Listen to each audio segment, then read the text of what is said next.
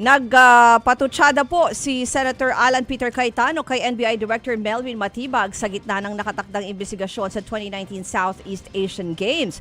Posible naman daw ipatawag ng NBI si Cayetano sa nasabing imbestigasyon. At aabangan din natin ngayon itong pagharap po ni Director Matibag sa Senate Impeachment Court. Narito ang report ni Ian Suyu.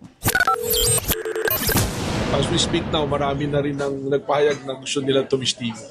So kung lalabas yung pangalan niya ron para magbigay linaw sa investigasyon, kailangan siyang ipatawag. Hindi raw mag-aatubili si NBI Director Melvin Matibag na ipatawag si Senator Alan Peter Cayetano kung mababanggit ang pangalan niya ng ibang sports officials. Iniimbestigahan kasi ngayon ng ahensya ang umano'y mga irregularidad sa hosting ng Southeast Asian Games o SEA Games noong 2019. Matatandaang tumayong chairman ng Philippine SEA Games Organizing Committee o FISGOC, si nooy House Speaker Cayetano.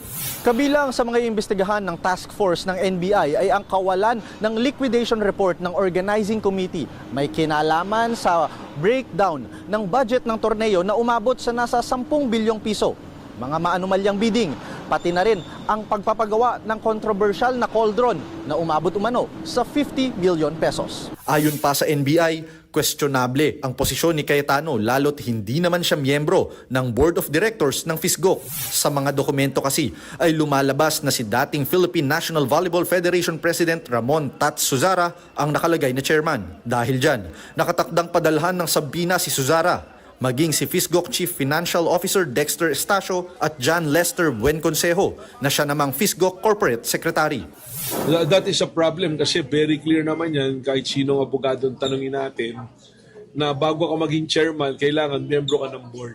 Kung hindi ka miyembro ng board, paano ka naging chairman? Iginiit naman ng isa pang nadadawit sa kontrobersya na si DPWH Secretary Vince Dizon na malinis ang kanyang konsensya.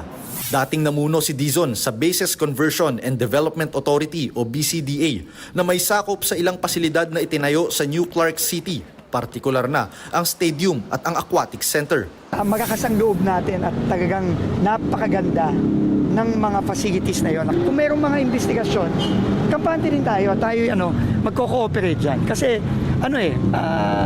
malinis ang konsensya natin at naniniwala tayo na napakaayos nung mga facilities na yan. Sa gitna nga ng nakatakdang investigasyon, nagpatutsada si Cayetano kay Matibag. Sa isang Facebook Live, nagsuot ng damit na may karakter na minion si Cayetano. Sabi niya, ang mga minions ay may mastermind. Sabay nito ay nag-shoutout siya sa anyay isang minion. So, shoot kong t-shirt today ay dedicated po sa mga minions. Alam niyo naman ang pangalan ng mga minions, di ba? Pero etong isa, ito yan.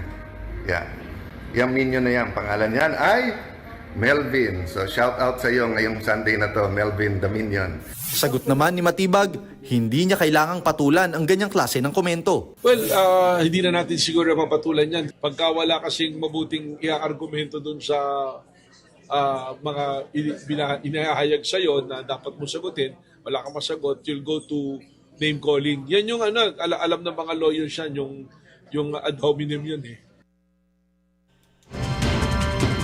Pinuwag na naman po ng palasyo ang umano'y paninisi ni Senador Alan Peter Cayetano sa kanya pong naunsaming panukala na 10,000 pisong ayuda para po sa mga kwalipikadong pamilya.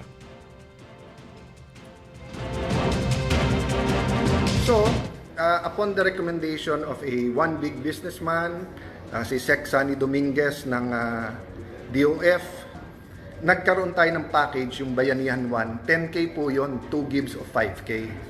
So, noong 2021, going into 2022, sabi ko marami pang hindi nakaka-recover.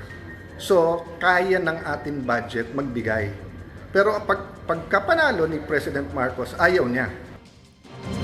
Mga kapatid, patuloy po kayong tumutok sa 105.9 at True FM para sa totoong balita, impormasyon, music and entertainment. Mag-subscribe po sa aming YouTube channel at podcast at sundan niyo po kami sa Facebook, Instagram, X at TikTok sa True Network PH. Bisitahin po ang aming website sa truefm.ph at panoorin din po kami sa True TV Channel 19. Kami ang 105.9 at True FM, laging true sa'yo, kapatid!